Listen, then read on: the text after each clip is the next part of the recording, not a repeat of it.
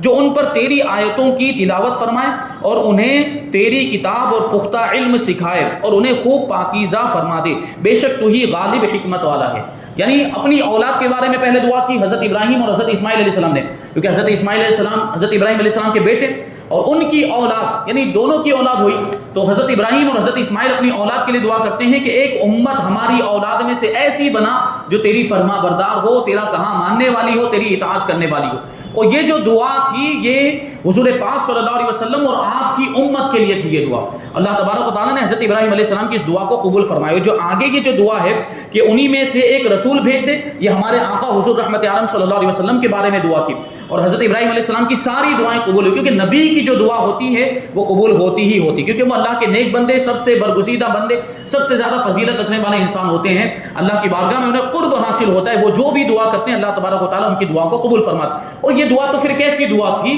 یہ خانہ کعبہ کی حفاظت کی دعا، یہ جو ہے کہ ایک ایسی امت اور ایسی قوم کو دنیا میں بھیجنے کی دعا، اور پھر یہ نبی کریم صلی اللہ علیہ وسلم کو مبعوث فرمانے کی دعا تھی، تو یقیناً یہ دعا تو قبول ہونی ہی تھی۔ تو اس کے بارے میں فرماتے ہیں کہ حضرت ابراہیم اور حضرت اسماعیل علیہ السلام کی یہ دعا سید الانبیاء یعنی ہمارے آقا حضور رحمت عالم صلی اللہ علیہ وسلم کے لیے تھی۔ خانہ کعبہ کی تعمیر کی عظیم خدمت بجا لانے اور توبہ اور استغفار کرنے کے بعد حضرت ابراہیم اور حضرت اسماعیل علیہ السلام نے یہ دعا کی کہ یا رب اپنے حبیب نبی آخر الزمان صلی اللہ علیہ وسلم کو ہماری نسل میں ظاہر فرما اور یہ شرف ہمیں عنایت فرما، کیونکہ سارے انبیاء کرام جانتے تھے کہ ایک نبی آئیں گے جو آخری نبی ہوں گے اور ان کے بعد کوئی نبی نہیں ہوگا، وہ خاتم النبیین ہوں گے، اور ظاہر سی بات ہے جس کو یہ فضیلت مل جاتی کہ ان کی اولاد میں حضور تشریف لاتے تو پھر اس سے بڑی اور کیا فضیلت ہو سکتی۔ تو حضرت ابراہیم علیہ السلام نے یہ دعا کی تھی کہ میری اولاد میں سے جو آخری نبی ہے ان کو میری اولاد میں سے پیدا فرما۔ یہ دعا قبول ہوئی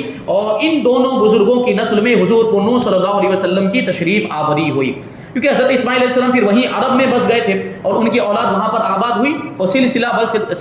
نسل در نسل حضور پاک صلی اللہ علیہ وسلم کے زمانے تک لوگ وہاں آباد رہے، بستے رہے، یہاں تک کہ حضرت عبد المطلب کے بیٹے حضرت عبداللہ رضی اللہ تعالیٰ عنہ سے حضور پاک صلی اللہ علیہ وسلم دنیا میں تشریف لائے، وہ ذریعہ بنے۔ حضرت آمنہ رضی اللہ تعالیٰ عنہ کے بطن سے حضور پاک صلی اللہ علیہ وسلم پیدا ہوئے۔ امام بغوی نے ایک حدیث روایت کی کہ حضور اکرم صلی اللہ علیہ وسلم نے فرمایا میں اللہ تعالیٰ کے نزدیک خاتم النبیین لکھا ہوا تھا، یعنی دنیا اور یہ ساری کائنات بنانے سے پہلے ہی جب اللہ تبارک و تعالیٰ نے حضور کے نور کو پیدا کیا اسی وقت لکھ دیا تھا کہ یہ جو جس نبی کا نور ہے وہ نبی آخری نبی ہوگا، وہ خاتم النبیین ہوگا۔ تو پوری کائنات کے بننے سے پہلے ہی حضور کے بارے میں یہ لکھ دیا گیا تھا کہ آپ خاتم النبیین ہیں۔ حالانکہ حضرت آدم علیہ السلام کا ابھی خمیر تیار ہو رہا تھا، حضرت آدم علیہ السلام کا پتلا بنایا جا رہا تھا۔ میں تمہیں اپنے ابتدائی حال کی خبر دوں، میں دعائے ابراہیم ہوں، میں بشارت عیسیٰ ہوں۔ حضرت عیسیٰ علیہ السلام نے جو اپنی قوم کو بشارت دی تھی کہ میرے بعد ایک ایسا نبی آئے گا جس کا نام احمد ہوگا، میں تم کو اس کی خوشخبری دیتا ہوں،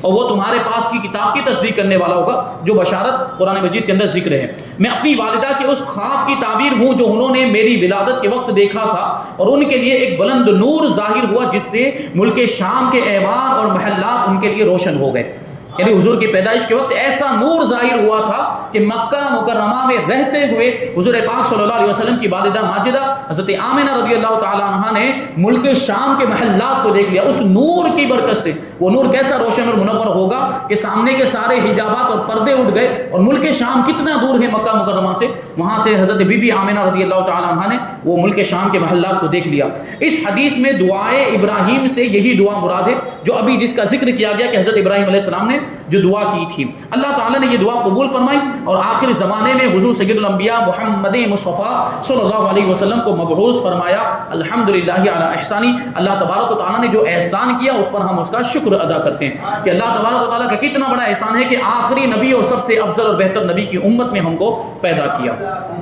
اور حضور کی صفت یہ بیان کی گئی کہ انہیں تیری کتاب اور پختہ علم سکھائے۔ تو آیت میں کتاب سے مراد قرآن پاک ہے اور اس کی تعلیم سے اس کے حقائق و معانی کا سکھانا مراد ہے۔ اس میں کیا بیان کیا گیا اور جو کچھ بھی اس میں بیان کیا اس کا مطلب کیا ہے، اس کے مفاہیم کیا ہے، یہی سکھانا یہاں پر مراد ہے۔ اور حکمت میں سنت، احکام شریعت اور اسرار وغیرہ سب داخل ہے، راز و نیاز کی باتیں، طریقت وغیرہ کی باتیں۔ حضرت ابراہیم علیہ السلام نے حضور اقدس صلی اللہ علیہ وسلم کے متعلق بہت سی دعائیں مانگی جو اللہ تبارک و تعالیٰ نے لفظ بلفظ قبول فرمائی۔ حضور صلی اللہ علیہ وسلم مومن جماعت میں یعنی آپ کے آبا و اجداد جتنے بھی حضرت آدم علیہ السلام سے لے کر حضرت عبداللہ تک جتنے بھی آپ کے آبا و اجداد اور جتنی بھی آپ کی مائیں تھیں وہ سب کے سب مومن تھے، ان میں سے کوئی کافر اور مشرک نہیں تھا۔